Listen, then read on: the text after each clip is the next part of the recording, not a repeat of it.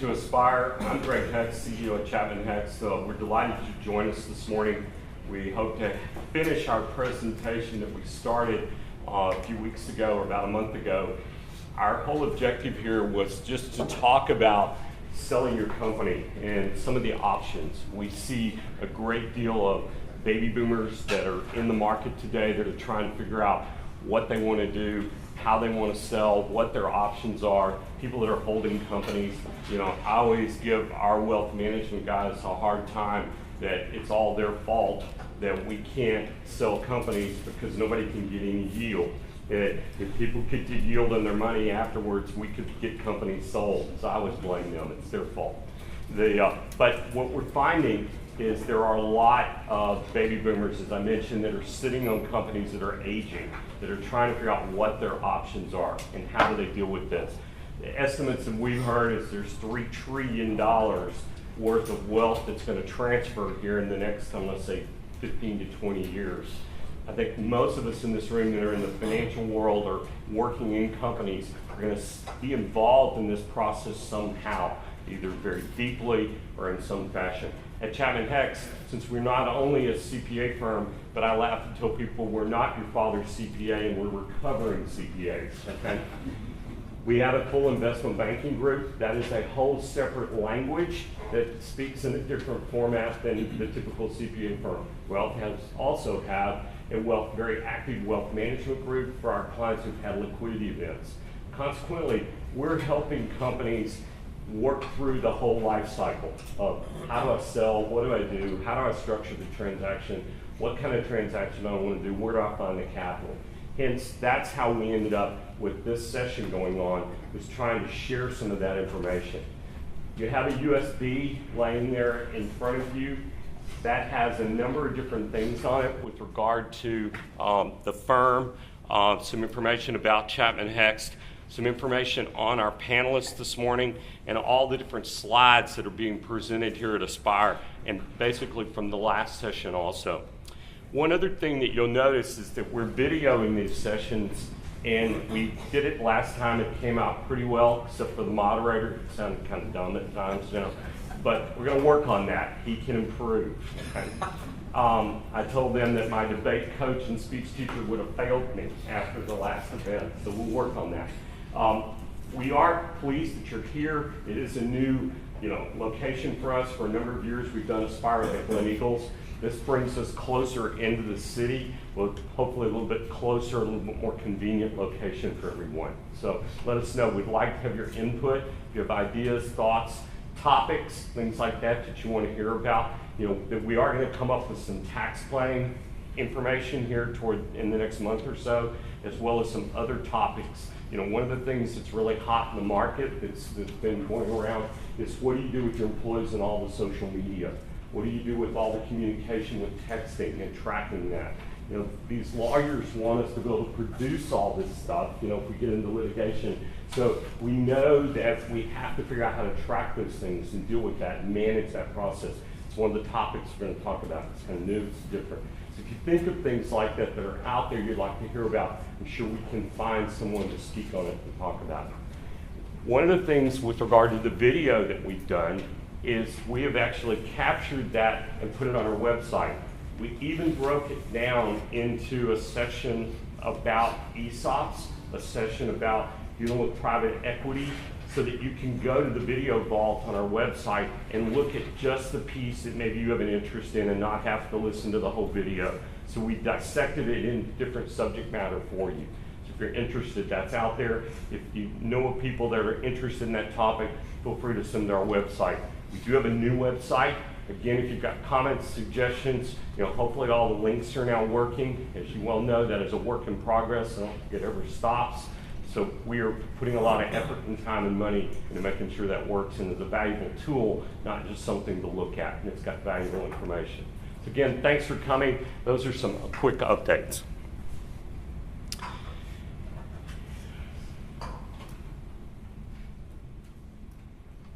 Let me do a quick introduction again on our panelists so that everybody remembers who we have. First, here we have David Oden from Haynes & Boone. David focuses on mergers and acquisitions, corporate securities, and general corporate matters. He's been recognized by the Chambers USA as one of the leading practitioners in the United States for technology, corporate, and commercial law in Texas. Second, we have Gordon Russell. Gordon has concentrated his practice on banking and financial institutions as well as real estate.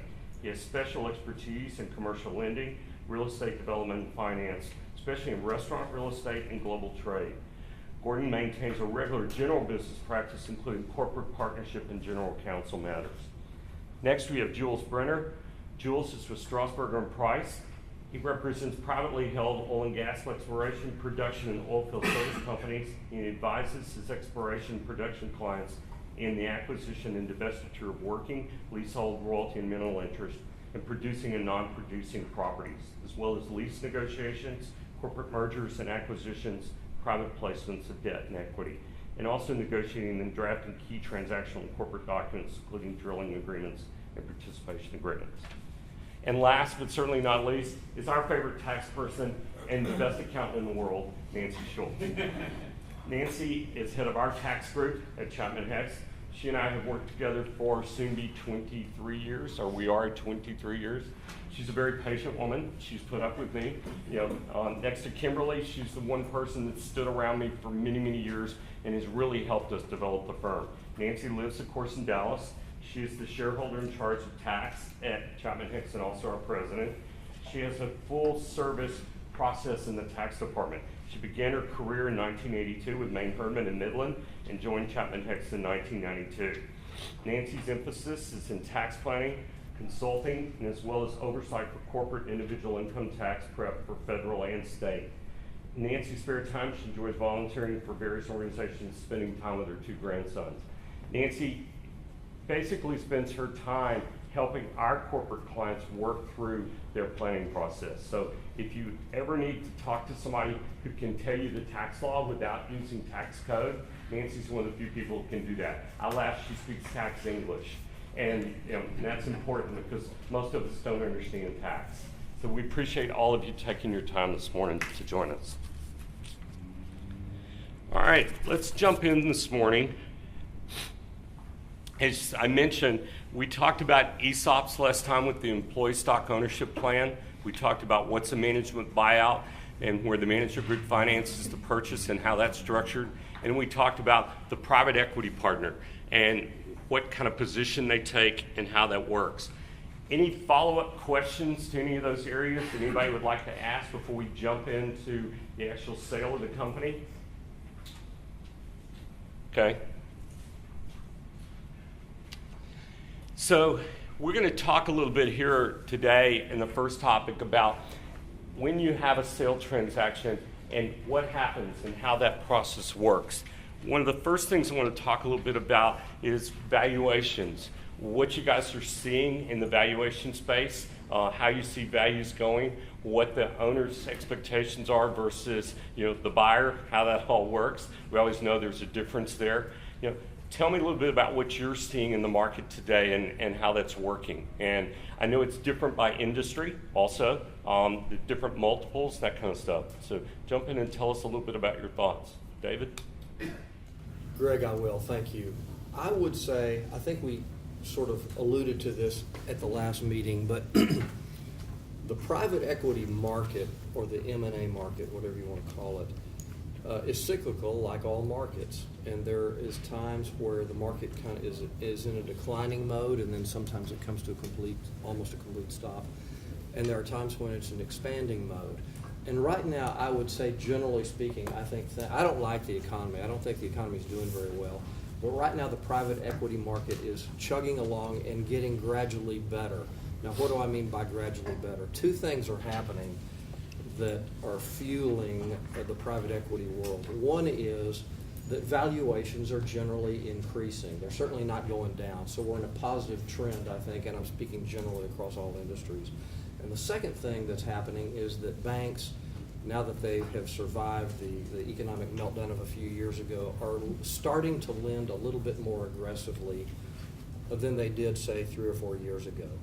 The reason that's important is because, let me just kind of, I don't have a PowerPoint on this, but if you just take a stack of capitalization that's going to be necessary to buy a company, you can break it down into 3 components. One component is the senior lender or the secured lender, and the second component is the unsecured lender, and the remainder is made up by equity. So obviously buyers, particularly private equity buyers, want to put as little equity as they can into the deal and still have it work. And what that means is, in a more aggressive lending environment, you're going to get a higher level of secured capital, meaning that out of the total capital that's committed to the deal, less of it needs to be equity, meaning you get a higher rate of return on your equity. Now, when times get bad, here's what happens. Let's assume valuations are constant.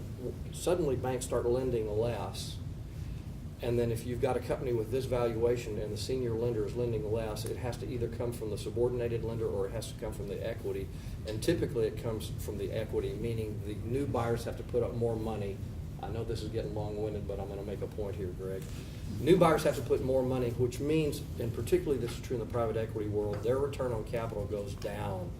And if it goes down low enough, what happens is they just quit doing transactions because they are not able to deliver the annual rate of return that they have promised their investors being Harvard and the Texas State Teachers Retirement Fund and all that. So in that process, which just repeats itself over and over and over again, we are now in an up phase. Valuations are increasing slightly, and bank lending is getting slightly more aggressive. So I think things are generally good in the market for buying and selling companies. That's my view. Are you guys seeing, Jules, Gordon, are you seeing a percentage that banks are willing to lend in a deal? Does it depend on each transaction? Are you seeing anything, any commonality there?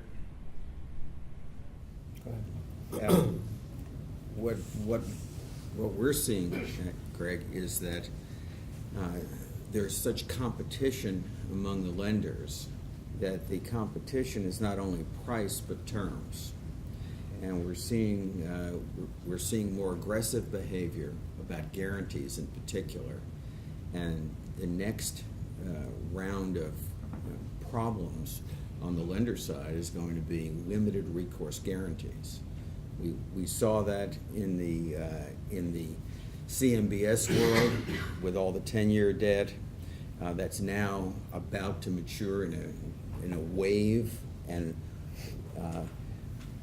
interesting to hear David say that he doesn't think the economy is doing terribly well when there's so much economic activity.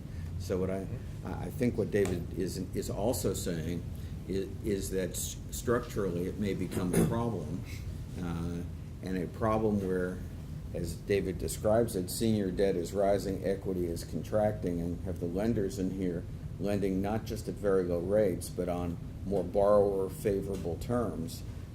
Our bankruptcy lawyers who are sitting on the sidelines have only to be patient, is what you're saying. Absolutely. Jules, what's your thought? You're over in the oil and gas side, and since we have Midland out there on the horizon somewhere, and there's a lot of, it's supposedly the land of the wealthy and cash flow and Lamborghinis, what's going on? Well, let me speak about Dallas. I agree with Gordon's point. We're seeing a lot of, a tremendous amount of competition for energy-related lending, both on the E&P side, reserve-based lending, but also on the service company side. There's a bit of a dichotomy. We're seeing high multiples, or at least we have seen high multiples up to this point for service company sales because again, it's both a private equity phenomenon, but it's also a strategic buyer phenomenon as well. There's a sense out in the oil fields right now of a continuously expanding market.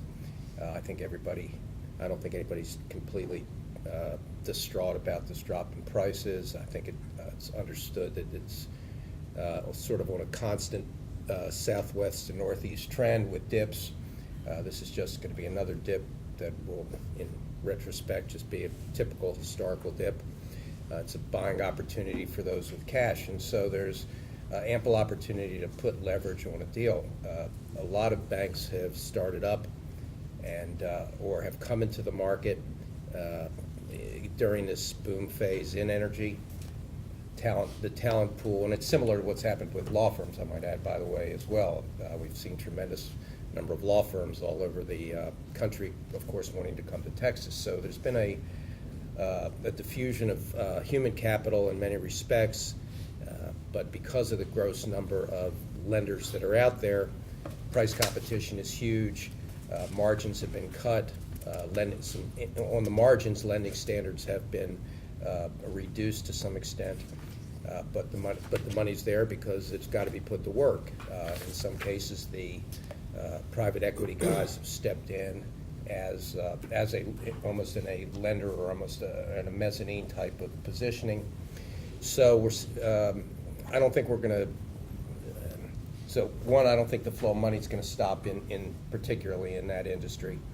I'm sorry, I'm a bit like the proverbial hammer and nail. I kind of see the world through a very myopic way with my one industry, but money will continue to flow. We'll potentially see a little dip and slow down here, just given the uncertainty about how far prices are going to fall. Multiples will probably remain fairly high in the service side, and because there's always a constant state of consolidation with mom and pop type businesses on the service side of the business. And I think there's going to be a disconnect between buyers and sellers in terms of pricing on the reserve side for a while. We would agree. I mean, one of the things that we noticed on some of the private equity reports and stuff that we're saying is that prices are going up to 12x on the private equity side. We don't see an exit strategy for that works, that allows the fund to get a rate of return. You know, we all know that the funds are in a pressure cooker at the moment, in that they have capital to lend as the stock market has grown and the portfolio size has grown for their LPs. More dollars are going out into the alternative space, which is private equity, to try and get yield. And at the same time, they can't find deals, so they're paying more to get the money out. It's going to be interesting to watch because there's issues going on over there. And as we all know, the funds are not guarantors. Most funds are limited, if I remember correctly, from the legal side with their fund documents. They cannot guarantee the debt. So you got the equity partner in the deal that's not guaranteeing anything. So the lender's got to look just to the company's assets. Right. As limited recourse in the competition, as said, was not just about price, but about terms. The one other thing I'd like to say about valuations that I'm seeing right now is valuing a company continues to be an art, not a science. And when you drill down, you really need to look at the comparables.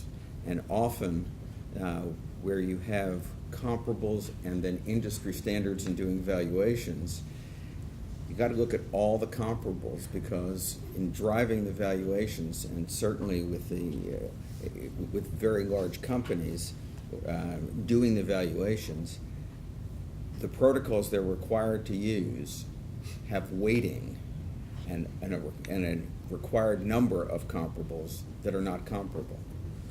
So it's an art, not a science. If you want to know what your company's worth, you get the valuation done. If you're the seller, you might want to do it in advance. I don't mean us to lead. Well, and that's our view, is that is the first place you start before you ever contemplate is what is it worth.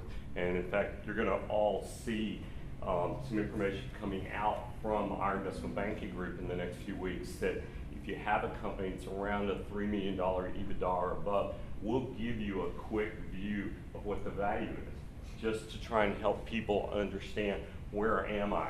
And then, then we'll have to figure out net after tax, that kind of stuff. But is it a number that is there? And we laugh. The joke is it a stupid number? Is it something that you really just can't afford not to take? So the valuation to us is the first place. The second step in the process of the sale transaction for the owner, I think, is the letter of intent. Let's talk about that a minute. The pitfalls, the things that the owner should look for, what should be expected out of that letter. What's that document look like? What should it include? What things should the business owner be looking for in there? Thoughts? Anybody want to jump in? I'll start just with Okay. the easy stuff. Generally speaking, letters of intent have parts of the letter. It describes the business deal. Let me say that. It's just a summary of the business deal. And a letter of intent would typically say the price. It would describe the mechanics of how the thing is going to happen. It might mention timing and some other subsidiary things, but it's generally just a summary of the transaction. And letters of intent can sort of be divided into two parts. Usually the bulk of the letter intent, I'm talking just about bulk measured in words, is not intended to be legally binding. And then just a few of the paragraphs in the letter of intent are intended to be legally binding. Typically, that would be a confidentiality promise and the so-called no shop provision, or the promise that if I'm a private equity party, I'm negotiating with a buyer, I don't want the buyer to be, while I'm in there doing due diligence and spending money on accountants and lawyers and spending my own time, I don't want the owner to continue to market the company to other people. So there's usually a promise for a relatively short time, 45 days would be typical, that says during that 45-day period, you, the seller, will only be talking to me. So those are the binding parts. Everything else, which are really the more important parts of the deal, like the price and how the price will be paid, are not intended to be legally enforceable. So then what's the purpose of a letter of intent, you might say, if most of it's not enforceable? And the answer is it's really an exercise in expectations setting. So given that, my rule of thumb, I have a rule of thumb on letters of intent, and that is I can summarize any transaction in 3 pages. If it can't be done in 3 pages, I'm probably doing something wrong. I'm probably getting too much down into the weeds. So whenever I draft a letter of intent, I've got 2 pressures on me. One is to keep it short and sweet, and I don't want a situation to arise where the letter of intent gets so long and complicated that it becomes a contract negotiation in itself and takes weeks and weeks and weeks, when really it should take days. So I want to keep it short and sweet.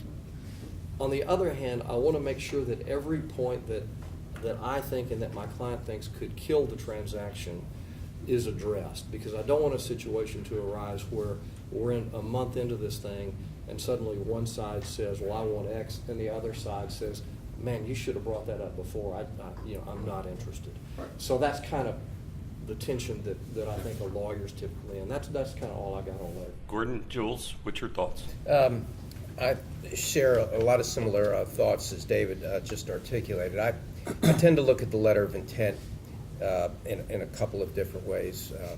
I think it can be a strategic tool in many respects in terms of the first level of analysis that I look at is who are the parties to the transaction.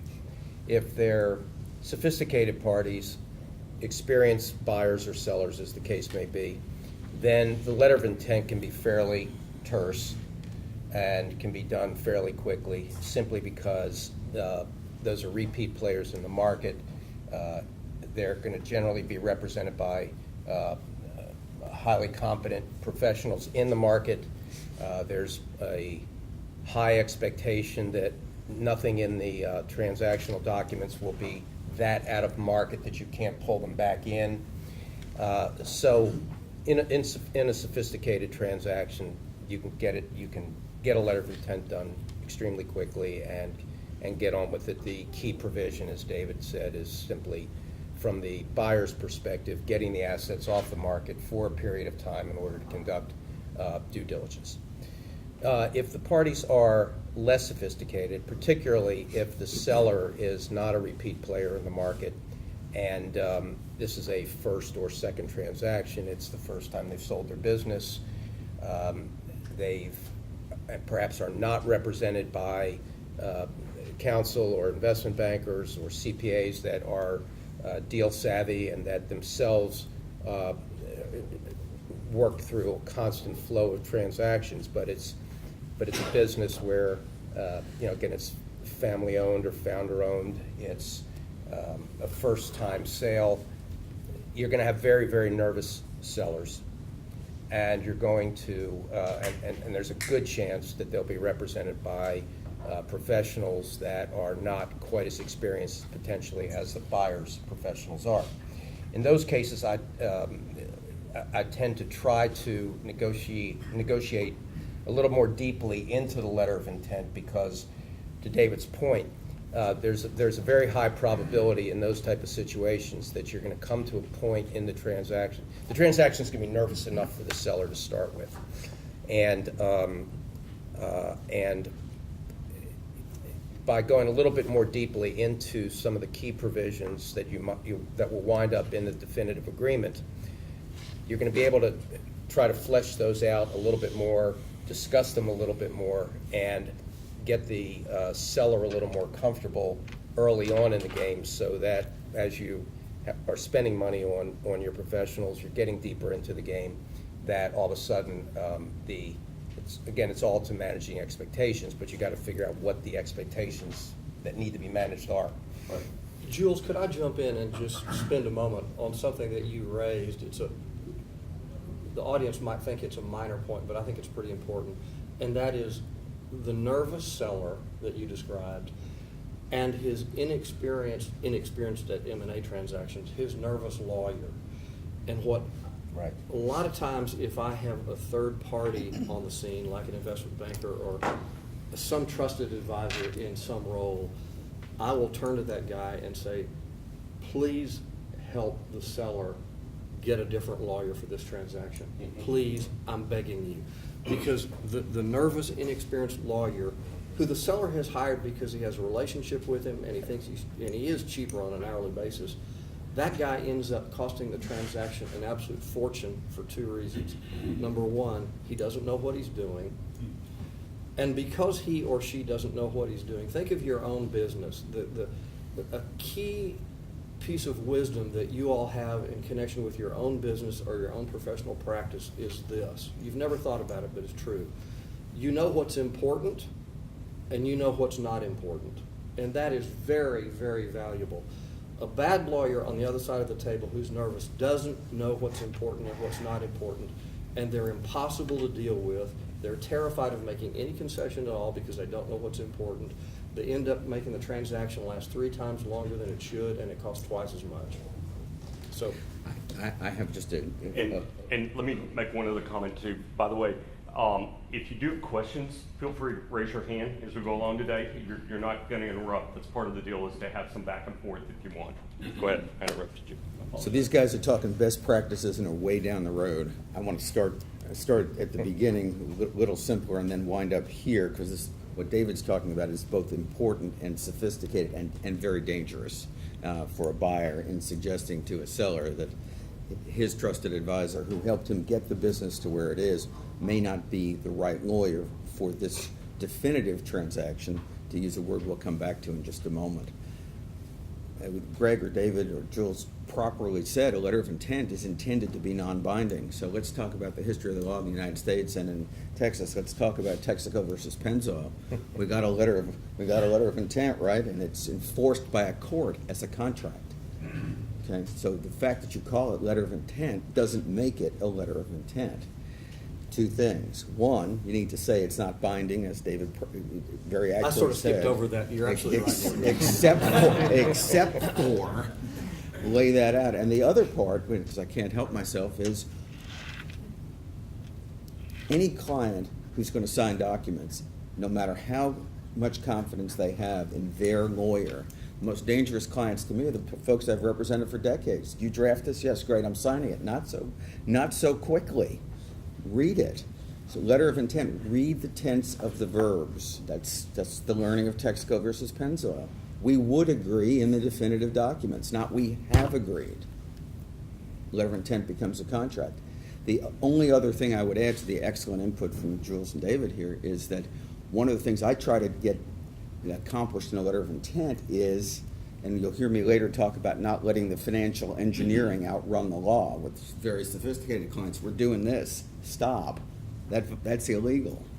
When you have a simple letter of intent, build the timeline in there. The first set of definitive documents will be drafted by buyer or seller's counsel and will be delivered on X date. It's fair to hold your lawyer to a deadline they've committed to. That sets expectations. Here's how the process is going to work. With respect to being on the other side of the table with a motivated seller who has a lawyer that he or she is accustomed to using, it may be that, especially if it's a transaction that involves the sale of a principal asset, the suggestion is that the lawyer who is on the other side of the table, who will cause the disruption, who will cause delay and add expense, is perhaps alone not the right lawyer. And I didn't mean to imply that lawyer's a bad lawyer. That lawyer's probably an excellent lawyer in their realm of expertise. But needs co-counsel, Yeah. like you, who really know what they're doing in this area. Yeah, I mean, we see that a lot in what we refer to as the halo markets, where people end up coming to Dallas because they're in some smaller town somewhere, and their corporate counsel who deals with them and has for years just simply doesn't do M&A work or whatever it is that has to do with the transaction, whether it's a lending deal or some type of growth capital or whatever it may be. They just don't have that expertise. You know. Can I make another comment? Sure, absolutely. And this is really important for everybody in the room, even though it's kind of in an energy context. So there's this case that just was in the courts, Energy Transfer versus Enterprise Products. And it's a very dangerous case because Gordon mentioned the Texaco and Pennzoil case. The facts there were a little bit different than the facts in this one, but here's the basic deal. You had two of the most sophisticated parties in the gas transmission business. They had both sides were equally lawyered up. There wasn't a shred of difference in, again, sophistication and ability and capacity of the parties. And they entered into a letter of intent, and there was a confidentiality agreement as well, and a term sheet as well. And just in the interest of disclosure, our law firm is engaged, is part of the appeal process in representing Enterprise Products here. So I've got potentially a bit of a skewed view, but I don't think so.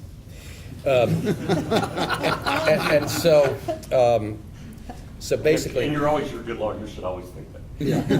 Yeah. So these documents, every single one of which had disclaimers beyond belief. I mean, some of the best written disclaimers you would expect to see from quality lawyers in the biggest and best firms, all across these documents. Well, so what happened essentially was that, and nothing was intended to be binding until definitive agreements were signed. Both parties signed these two documents. Both said nothing would be binding.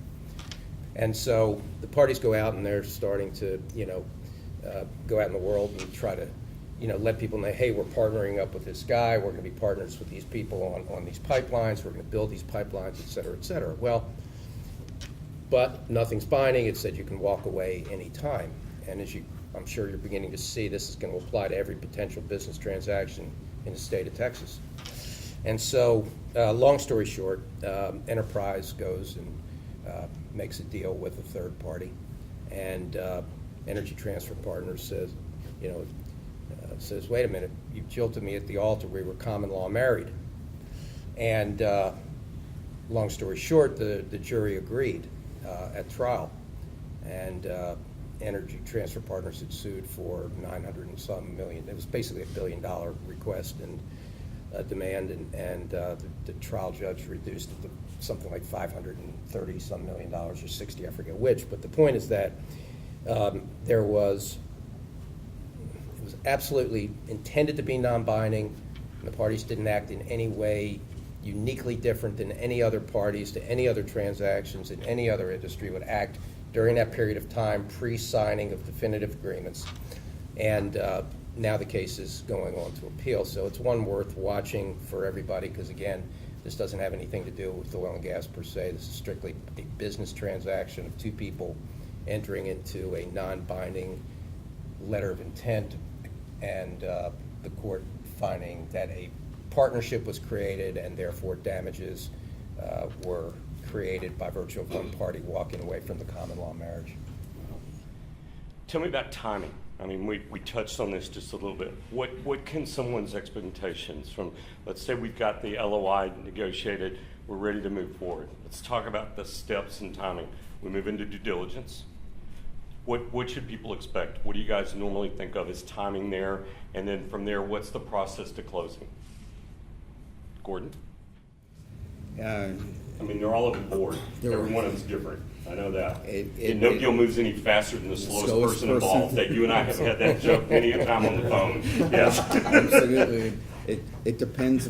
It depends upon what you're selling and how you're paying for it, and is the seller remaining involved? Are the financial institutions on the scene remaining involved? Are they being refinanced out? What does management of the seller, as opposed to ownership of the seller, think? leads to an area that we think is very fertile for people selling privately held companies, and that is keeping straight the difference between the income of their employees and the employee's ownership of an equity interest in the business. Timing is, as I see it, so often as a function of the letter of intent. When are we going to do this? Well, do you have the money? You bring in the beer?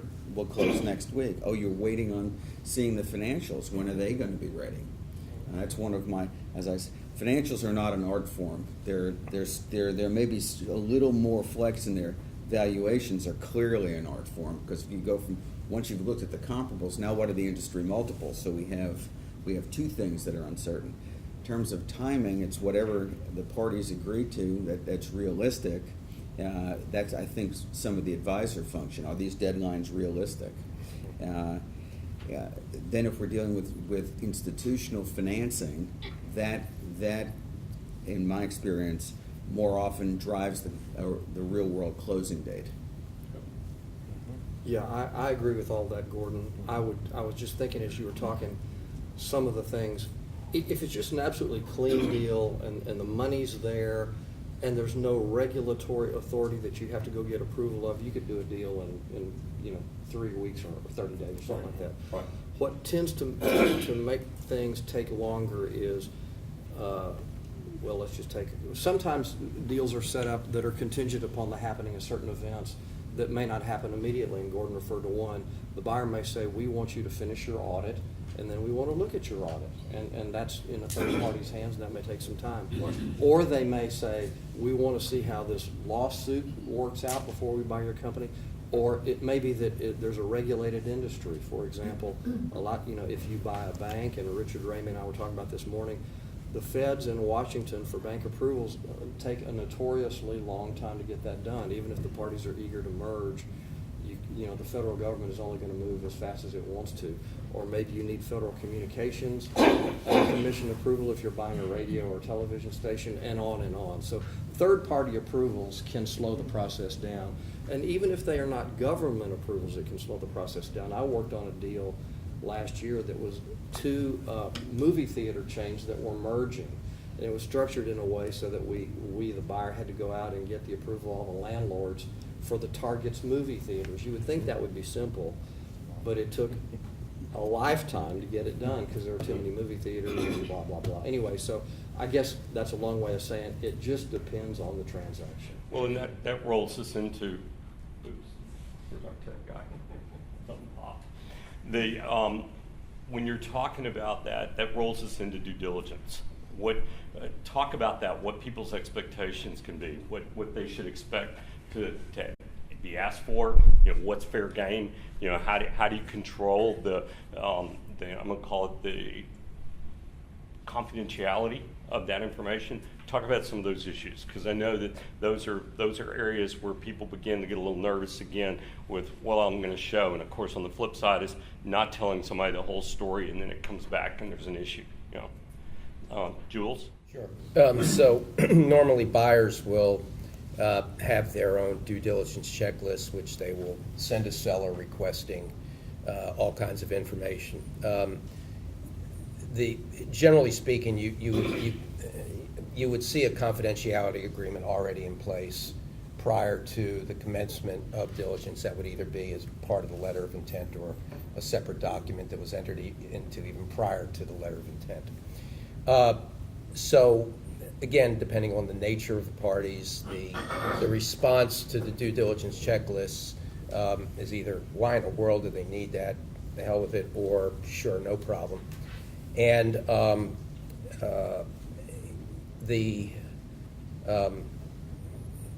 and you can always negotiate those due diligence checklists to some degree. I mean, half the time there's stuff on there. It's a form. You may not even have it. You just have to simply say you don't have it.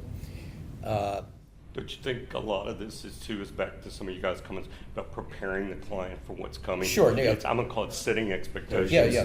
Let me explain to you what all they're going to want to see. I know from our side, we'll actually, even if we're representing our client as the seller, we'll pull out our own checklist and say, look, so you can go ahead and start getting ready and thinking about this process. here's the 57 pages of everything that could possibly ever think about, look at it so you're not overwhelmed by what somebody's probably fixing to shove in front of you. Again, it's setting expectations. And then if it's something less than that, they're happy. Yeah, no question. We'll even, just one more point, we'll even help them set up their data rooms in anticipation of those requests. And that is one of the great things nowadays. I mean, everybody uses electronic data rooms. I mean, we have them set up. The cool part is you can turn people on and off. The great part is that if you've got a really big strategic, we've had companies come in that have had 120 different people on the diligence team, and there's an attorney who, for instance, dealt with payroll taxes by state, okay, that wanted to look at that with the client that was in all 50 states.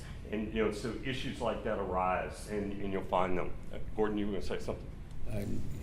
Just a few things. One is in terms of managing expectations. If the seller designates who is in charge of due diligence, so there's accountability from the seller's employees to the seller's employer, it makes our jobs and your job much easier.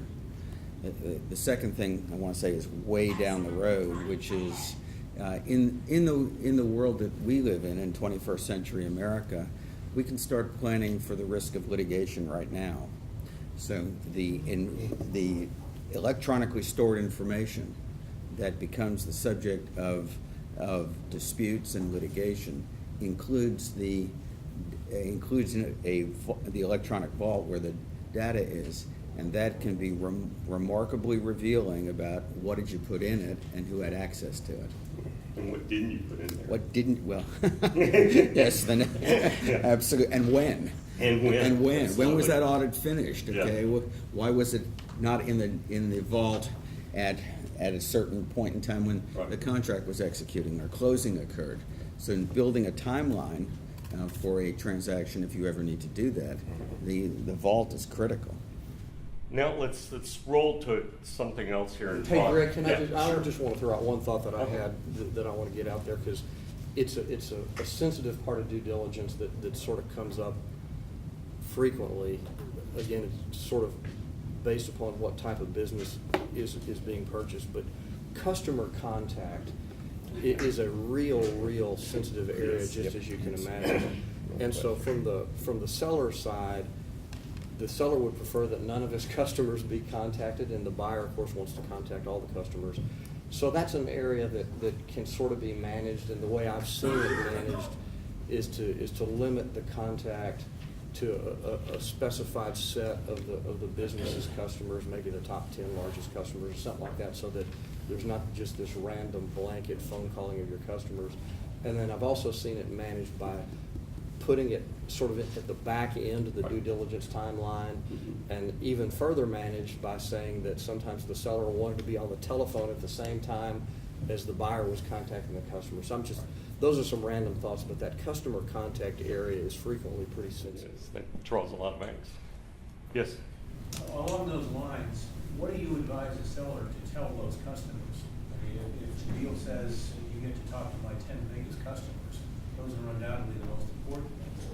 What do you tell a seller to set that up? I would start by saying there's going to be no customer contact at all, none whatsoever, until the transaction looks like it's going to be fairly firm. So I would get that message out to the working group, and then I try to limit the customer contact, and then if I were a seller, I try to be on the phone at the same time. But that wouldn't be my first phone call to the customer, just as you're implying. I would have called the customer at about the time I thought the thing was really going to happen and say, look, here's what's happening. There's no assurance it's going to happen, but I'm exploring this, and you're going to get a telephone call from Mr. XYZ, and he's going to ask you mostly, are you happy with our relationship, and do you expect it to continue after the transaction's over? So you're going to want to tell him what the subject matter is going to be.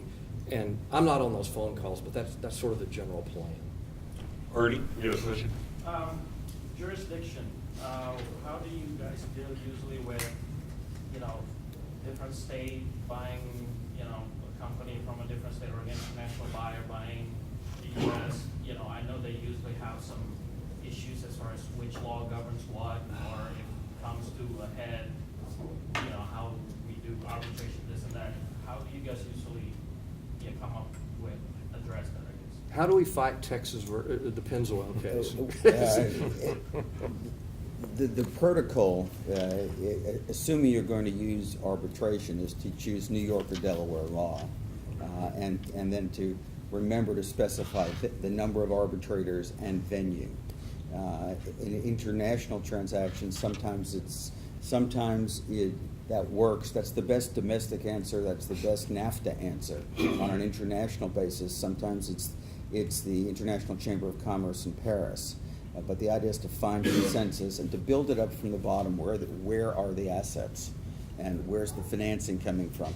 Then you have other issues with respect to choice of law and choice of language, and depending upon where you're doing business, whether it's in the Americas or in Asia and China in particular, there are other protocols that should apply.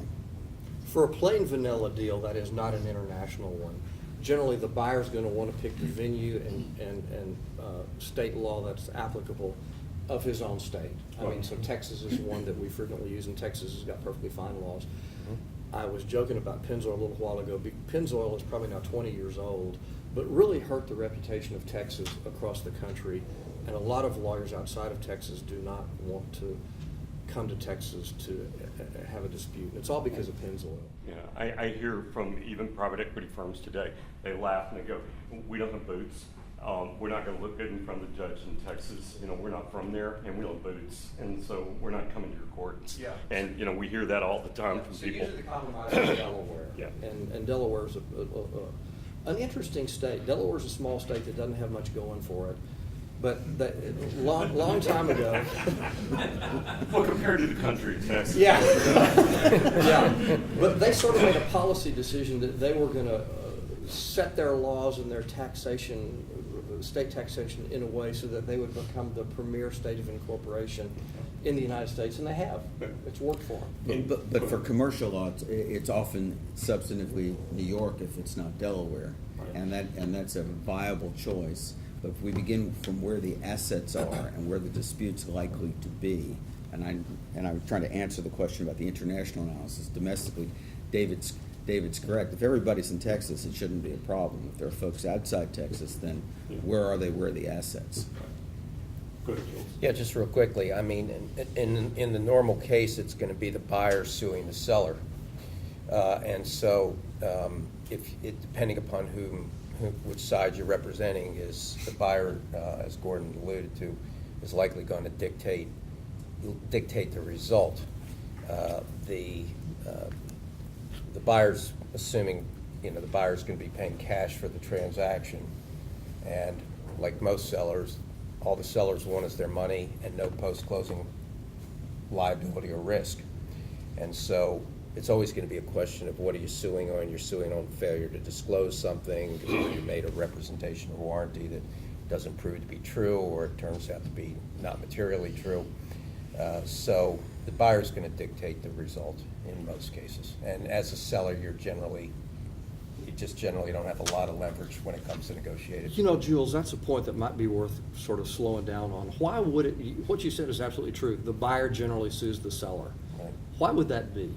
Let's talk about that for just a second. Generally because well, it's a very good point, and I think I know where you're headed with that. The answer is that the buyer is generally, there's a good chance the buyer is going to screw up the transaction, I think is probably where David's headed with this. The merger may not occur effectively, it's not going to get integrated, they don't know the business they're really buying into, and they're going to be looking for some reason to sue the seller legitimately or otherwise. After the transaction's closed, though, the buyer's paid the money. Right, that's and the he's point. done everything he's going to do. Right. And then the only thing left is, has the seller lived up to all the promises and statements of fact that were made in connection with the transaction? I think he's going to view himself as the injured party, Right. he or she. I mean, it's the entity that's going to go, I was injured, I spent the money, and I didn't get what I was supposed to get. Right. We laugh, we call it Yeah. buyer's I remorse. didn't mean, get it's- what I yeah. bargained for. Right, exactly. Right, the valuation wasn't accurate. Right. Those investment bankers, behooded me again. I had expectations, and Yeah. market only rises. And Right. Well, that list of add backs. Well, and when you're paying 12x, where are you going to go? I mean, you're already so far up in the clouds, and that's our concern, is that people are paying those kinds of prices and doing those things, and then what happens, and when somewhere down the road there isn't an exit without taking a haircut. And then their only justifications of private equity groups, they go, well, we got hoodwinked in this deal, it was supposed to work. And so to keep their limiteds from pointing at them, they're gonna go back against the seller. I mean, that's exactly how those dominoes are gonna start falling. So from an Aspire perspective, let's just go through it to familiarize the vocabulary. What this lawsuit looks like is breach of representations, warranties, covenants, Right. affirmative covenants, negative covenants, and agreements. And fraud. And you breached them all because Right. because the venture capitalists came in, they cut out all the expenses, profit's supposed to go up, and they lost the sales because these customers just went away. Right. Okay. And so, Jules, how many litigators can you put on this? Now that we're through talking about that happy topic, litigation, let's move on to the next really great one. Nancy, let's talk about the other partner in this deal, the tax guy. And you kind of alluded to that with Delaware and friendly taxation, but talk a little bit about asset purchase versus stock purchase, the pros and cons, what people need to think about, transfers of stock, some of the planning that we see people trying to do, how far in advance people need to be thinking. This even goes back further before we even, or when we're talking about valuation, maybe a few years, hopefully a few years in advance of even what's going on. Is this an 8-hour? Yeah, it's an all-day seminar, yeah. We'll give you at least 5 minutes. Okay. So we've been talking mostly about selling stock, but you do have a choice of selling stock or assets, and then you have what kind of entity are you. So if you're a corporation, a C corporation, and you sell stock and you're the owner, then you're going to get capital gains out of selling stock. However, if you are selling assets, then you're going to have ordinary gain that is stuck inside of the corporation. So, because corporations do not have capital gains. So then you have ordinary income, and how are you going to get that income that is inside the corporation out to yourself, the shareholder of an empty shell corporation that now only has whatever has been paid to you, cash or a note or whatever. Well, there's only one, you either take it out as salary or dividends.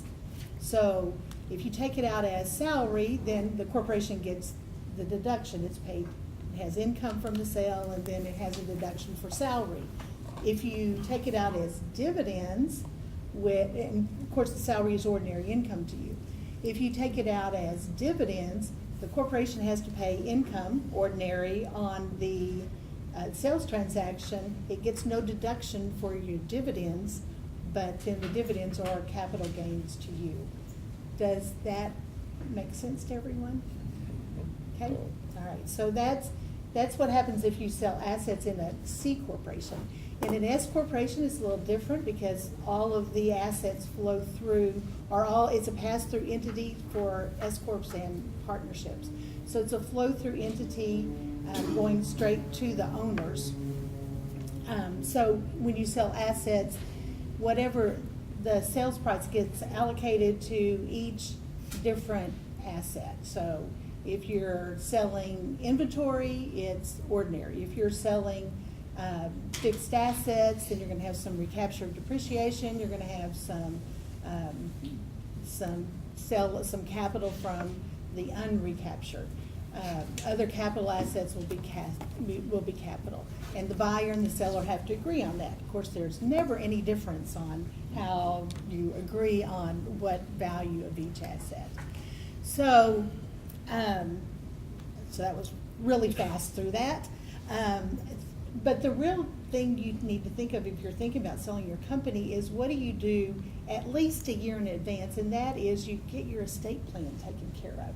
And you see if you need to pass some of your stock ownership over to within your estate plan. It's really, really important because you're going to be taking care of different rates. You're going to be passing your estate to different generations. If you are taxed today with the new tax rates at capital gain rates, when your adjusted gross income or your taxable income is $457,000, you're at the 20% tax rate plus the new investment tax of 3.8%. Then your 23.8% is your new tax rate. Your ordinary tax rate is now 39.6 at that same income tax. So it's really important to do tax planning, and you need to do that just as soon as you can. Start doing that while the value is low. The lowest value you can gets you the most value for your money. All right, go ahead. Can you guys touch on purchase price allocation in the definitive documents? Any advice you would have there? As they alluded to, Well, you're gonna certainly want to try to put as much of the sales price into goodwill as you possibly can, because you're going to get the benefits of capital gains for, for selling goodwill. Be my only real comment. There, of course, does have to be the allocation. I mean, the document has to be in there. Yeah. That is part The of parties it. have to agree, of Yeah, course, the on parties what the have to allocation agree is going to be. and sign off so that it's treated the same on either side, you know. but a buyer might not want that much in your goodwill, though. It's another negotiation. I mean, it really is. And Yeah. allocating value to a covenant not to compete. Yeah, Right. which is the last thing that I wanted to talk about. It is 9 o'clock, but there was one last piece that I thought we ought to talk about and it's just employment issues and non-competes. Talk about those just a minute and how they're being dealt with. I know there's issues in the law there too with regard to enforcement of those different things. Let's touch on that for 5 minutes and then we'll call it a day. But I thought that was kind of another elephant in the kitchen that we need to talk about, because this is kind of after the deal, you know. Because a lot of cases, they're going to want the owner to stay around for a while. Non-competition, non-solicitation. The history of Texas law is important here. We're a right-to-work state. So you now have a bargain transaction where someone is going, you can't make somebody work, but you can prevent them from working. The history of the law is the legislature constantly adopts statutes that say you are prohibited from working if, and the courts say, no, we're not doing that. Texas is a right-to-work state. We're moving more now towards enforcing non-competes and enforcing non-solicitation agreements. I had said earlier that from a planning perspective, where you see a succession plan, as Nancy said, stay current on your tax planning, stay current on your estate plan, stay current on your succession planning if you're building a business. So you have key employees, they have employment contracts, that's part of the sale. What's in the contract? Well, the contract may affect your capital structure because employees are going to stick around both for income and for equity, meaning a payment at a liquidity event. So that is a critical piece to the planning. Now, what's enforceable? If you own a part of the company, you have a right to income from a liquidity event. This is a very specialized area where either by using the capital structure or the employment contracts, you can get people to stick around, help you build your business. They get paid fairly at the end of the day. But once again, don't let the financial engineering outrun the law. And the covenants not to compete that are entered into with employees who are already working for you without separate consideration are, until very recently, likely on their face unenforceable. This is an area where real planning is needed, and often we get lost in the mystery and the glamour of M&A, whereas at the end of the day, your business is a business that's run by people, and their employment agreements are critical to their willingness to stick around until there's a liquidity event. And then where Greg was going, now you're signing a contract that says, I'm going to stick around and help you. Two parts to that. One, that's likely enforceable. I mean, that is the exception. And then the question is, or actually there's several parts to it, compensation, which includes benefits. And in our society now, even as a seller, you need to figure out how you're going to get and maintain those benefits as a part of your employment contract. And then, of course, we get back, become circular, we're back into the world of the purchase price. If it doesn't perform what's the true purchase price. So I always tell our clients, you get what you got at closing. Everything else, that's the cake. Be prepared to walk away from the gravy. Gordon, if I could just add one thing to what you said, I agree with everything you just said. I think it's generally perceived in the business community that non-competes are generally not enforceable in Texas. I think that's the conventional wisdom, and the conventional wisdom is wrong. Texas draws a very sharp distinction between two kinds of non-competes, and Gordon alluded to this. There's a non-compete where you just hire an employee and you ask that employee, if you leave, you can't compete against me. That kind of non-competition agreement is viewed with a large degree of skepticism by the courts in Texas. That one may be a bit of an uphill battle. But what's not an uphill battle and what will be vigorously enforced in Texas is the promise of the previous owner of a business that he won't compete against the business that he just sold to my client. Because if he does compete against the business he just sold to my client, in essence, my client hasn't gotten the benefit of the bargain that he paid for. So in the M&A world, it's generally going to be enforceable against owners, and in employment law, it may be enforced, but it's a tougher fight. And the non-solicitation is more easily enforced than the non-compete. Questions? Yes, sir. David, for a minute, the first segment this morning about valuation. David, you talked about three-tier structure for financing. Bank debt, either subordinated debt or unsecured debt, and then the equity piece. What about the subordinated debt or unsecured debt? What entities are in the market that usually do those kinds of things when a sale is pending? Who does the owner of the business go to, or the buyer go to for that piece? Good question. And I'm going to use, or I have used, the name subordinated debt or unsecured debt. That's synonymous. I'm just talking about that strip of financing that's not secured and still, it's a loan, so it comes before the equity. And the answer to the question is there are specialized lenders in the marketplace that do just that. And some of them do only that. And then some banks do secured lending and unsecured lending too. So it's all over the board. But there is a very active and specialized market in that type of lending. Are those lenders private or institutional or some of both? Both. And in fact, firms like our investment banking group, that's what they specialize in, is helping clients find that strip. Because a lot of those are institutional funds or private equity funds. You'll hear that, again, synonymous term. And you'll hear people call it sub-debt. You'll hear it called mezz. You'll hear it. There's a lot of different pieces to it. We've used the term private equity funds a lot during the course of this program. But there's some specialized funds that are really private equity funds, but their investors are in there to get a 13% return or whatever the number is. It's just an aggregation of a bunch of people who want to make money. And the way that's structured typically is you'll find that they're referring to it's a subordinated piece that gets a paid interest rate, let's say 10 to 12%, and it has warrants then attached in a lot of cases. That in the event of a sale transaction, if you've done that as growth capital, then convert from warrants and participate in that sale. If it's paid off before a sale, it's agreed upon in the document as to how those warrants are going to be valued, and that's the juice on top of the interest that typically gets that fund to a mid-20s type IRR on the money.